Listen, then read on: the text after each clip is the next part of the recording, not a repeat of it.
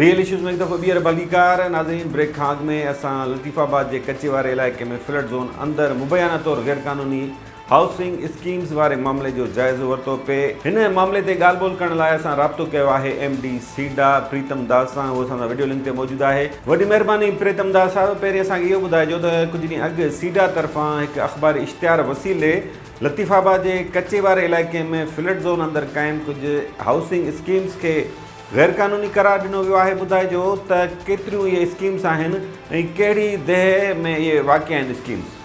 अदा हे गिद्दूमल फ्रंट बंदि आहे। कुझु वक़्तु पहिरीं हिकिड़ो HDA खां असां वटि लेटर आयो त इन जी NOC का स्कीम हुई, नालो मूंखे कोन्हे, उन जी NOC ॾियण जे लाइ।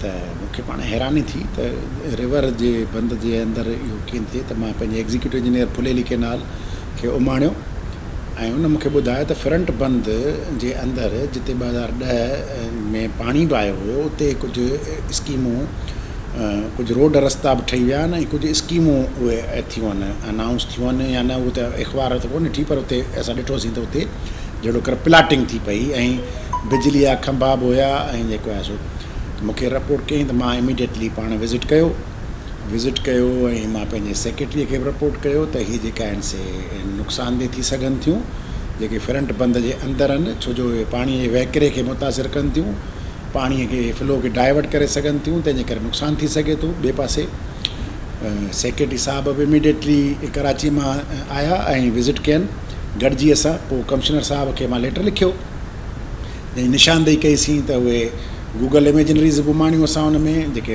पॉइंट आउट कयोसीं त इहे फ्लड ज़ोन आहे ऐं इन में डायरेक्ट पाणीअ जो अटैक आहे ऐं कंहिं बि हाई फ्लड जे टाइम ते हिते पाणी अची सघे थो। ऐं हुन में 6-7 स्कीमूं हुयूं जेके असां निशानदेही कई आहे पंहिंजे लेटर में। कमिश्नर साहिब पोइ विज़िट कयो ऐं हुन बि इहो रियलाइज़ कयो त हिते तमामु ग़लति थियूं आहिनि। सीडा जे तरफ़ां का बि उन्हनि खे का NOC कान ॾिनी वई आहे।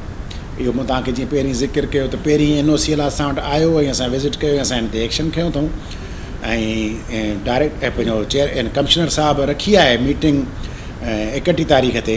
पंहिंजे डिप्टी कमिश्नर खे बि ॾिनी अथई हिदायतूं, उहे सर्वे कनि पिया ऐं असांजी रिपोर्ट जी वेरिफिकेशन जे लाइ उहे सरज़मीन ते आहिनि। जीअं ई हुननि जी वेरिफिकेशन थी वेंदी त इहो इन्हनि जे ख़िलाफ़ु कमिश्नर साहिबु इंतिज़ामिया असां उन जे ख़िलाफ़ु एक्शन खणंदासीं। अच्छा साईं, तव्हां चओ था त अञा मामले जी इंक्वायरी हलंदड़ आहे, वेरिफिकेशन थिए पई, त पोइ अख़बार इश्तिहार वसीले कीअं इन्हनि स्कीम्स खे गैरक़ानूनी करार ॾिनो वियो? असांजे तरफ़ां त असां सम्झूं था पिया त उहे फ्लड ज़ोन में आहिनि ऐं उहे आहिनि। त मां चयो त जीअं कमिश्नर साहिब खे चयो आहे, उहे वरी पंहिंजे हिसाब सां, असां त इंजीनियर आहियूं, टेक्निकली असां ॾिठोसीं त इहे फ्लड ज़ोन में आहिनि त असांजे लाइ त इहे नुक़सानकार आहिनि ऐं असांजे लाइ त कमिश्नर साहिब वारा पंहिंजे रेवेन्यू ऑफिसर्स आहिनि, उन्हनि जे हिसाब सां उहो ॾिसी वठंदा उनखे ऐं यकीन उन्हनि जे ख़िलाफ़ु एक्शन। उहो इहो ज़रूरु ॾिसंदा त इन्हनि जी NOC कीअं थी आहे, इन्हनि जा नक्शा प्रूव थिया आहिनि, कहिड़ा डिपार्टमेंट उन में इन्वॉल्व आहिनि, जिन बग़ैर चेकिंग कए उन्हनि खे ॾिनो आहे, त उहो ज़रूरु पंहिंजी जेका बि उन्हनि जी कार्रवाई हूंदी उहा कंदा ऐं पोइ यकीन एक्शन खणंदासीं। अच्छा त इतला आहिनि त HDA जे कुझु अमलदार आहिनि, बिल्डर्स खे इन्हनि हाउसिंग स्कीम्स लाइ NOCs जारी कयूं। HDA जे अमलदारनि तरफ़ां इहे NOCs कीअं थियूं जारी थी सघनि फ्लड ज़ोन अंदरि हाउसिंग स्कीम्स क़ाइमु करण लाइ? अदा इहे ज़मीनूं जेके थियूं आहिनि इहे हरूभरू को सभु सरकारी ज़मीनूं न आहिनि। HDA मूंखे ख़बर न आहे त का स्कीम का NOC ॾिनी आहे न। मां जीअं तव्हांखे ॿुधायो त पहिरियों दफ़ो HDA यकीननि HDA असांखां NOC घुरी आहे त इन जो मतिलबु हुननि का NOC न ॾिनी हूंदी, मां ईअं थो सम्झां।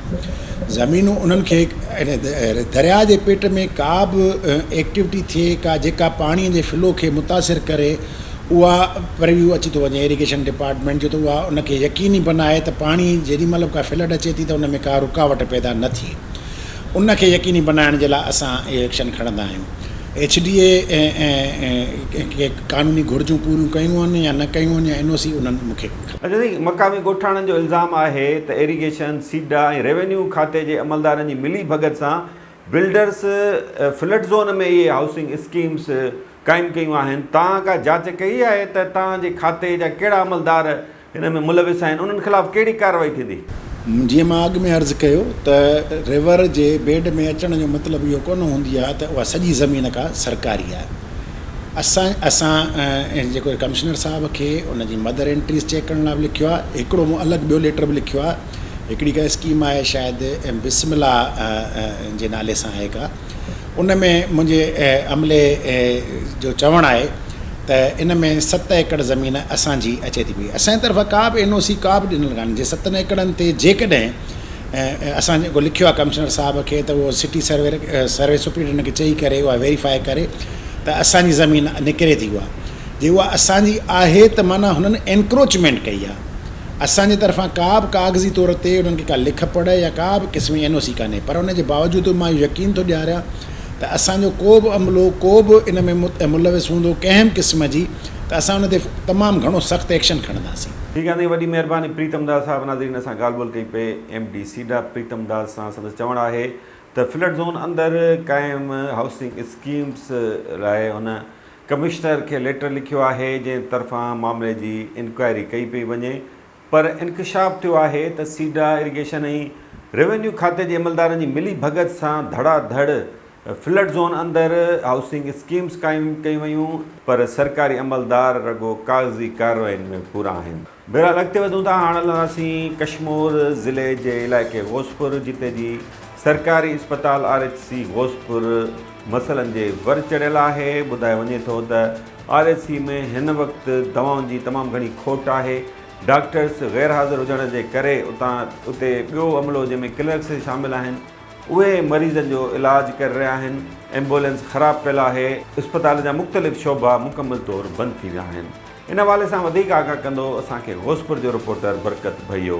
असीं हिन वक़्तु मौजूदु आहियूं घोसपुर जी रूरल हेल्थ सेंटर में, जिते डॉक्टरनि जी जेका आहे सो ग़ैर हाज़िरी आहे। हिते जेको डॉक्टरनि जी जॻह ते क्लार्क जेको आहे सो पेशेंटनि खे ॾिसी करे उहो उन्हनि जे दवायूं ॾेई रहियो आहे। ॿियो असां तव्हांखे कैमरा जी अख सां ॾेखारियोसीं त हितां जेकी मशीनरी आहे उहा नाकारा बणियल आहे। लखें रुपए जी मशीनरी जेको आहे डॉक्टरनि पारां ज़िले इंतिज़ामिया ऐं DHO जी जेको आहे सो नाअहली ऐं लापरवाही सबबु हिते जेको आहे सो सरकारी अस्पताल जेको खंडर जो ॾेख ॾेई रही आहे। शहरनि जो बि इहो ई चवणु आहे त जेको आहे सो ज़िले इंतिज़ामिया ऐं DHO कंदकोट जी जेको आहे सो नाअहली सबबु ही हॉस्पिटल जेको आहे सो ज़बून बणिजी वई आहे। हितां जी जेकी सालियाना बजट अचे थी उहा DHO ऐं ज़िले इंतिज़ामिया मिली भगत करे जेको आहे सो हड़प करे वञनि था।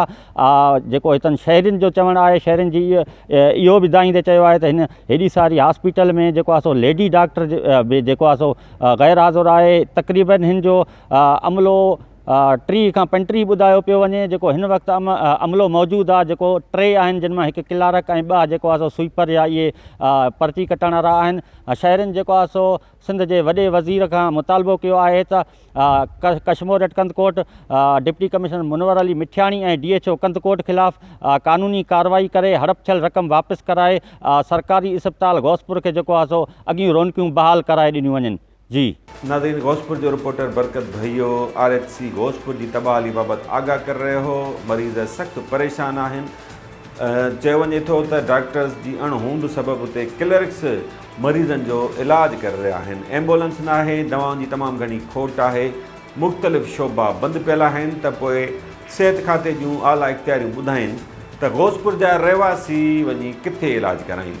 बहरहाल असांजो रिपोर्टर कुझु शहरनि सां मरीज़नि जे वारसनि सां ॻाल्हि ॿोल कई आहे। हू छा था चवनि, अचो त ॿुधूं। जी अदा, तव्हां ॾिसो पिया त हीअ घोसपुर जी वाहिद सरकारी इस्पताल आहे, जिते तक़रीबन 6 खां 8 महीना थी विया आहिनि हिते MS मुक़ररु कोन्हे ऐं लेडी डॉक्टर जेके आहिनि त उहे ड्यूटी कान पियूं करनि। ऐं उन खां अलावा हिते 2 डॉक्टर मुक़ररु आहिनि। कल्ह खां वठी हिते मरीज़ अचनि पिया, डॉक्टर ॿई ग़ैर हाज़िर आहिनि। कॾहिं चवनि था त उन्हनि जी हाज़िरी आहे, कॾहिं चवनि था त उनखे एमरजेंसी कमु थी पियो आहे।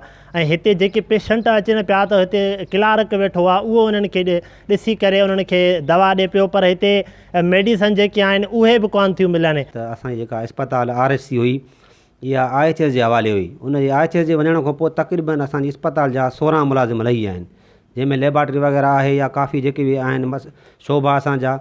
इन जे करे जेको आहे उन्हनि जे वञण खां पोइ माना असांजी इस्पताल डावाडोल थी वई आहे। असांजी MS साहब डॉक्टर एजाज़ अहमद शाह हूंदो त 5000 OPD हूंदी आहे असांजे इलाइक़नि में। ख़ासि करे हिते क़बाइली जेके आहिनि जहिड़ा तमामु घणा थींदा आहिनि ऐं असां वटि इन शइ जो हुजणु लाज़मी आहे। ऐं अंदरि तव्हां वञो ऐं जेकी लखें रुपए जी मशीनरी आहे, उहो मशीनरी बिल्कुलु उनखे ॼारो वठी वियो आहे, भॻल टुटल पई आहे। ऐं असां हिते काफ़ी मरतबा DC जेको आहे त कशमोर उनखे ऐं जेके हिते ॿिया उनजा इंचार्ज नी उन्हनि खे काफ़ी दफ़ा कंप्लेंटूं कयूं आहिनि पर को बि हिन ते तदारक न थियो आहे।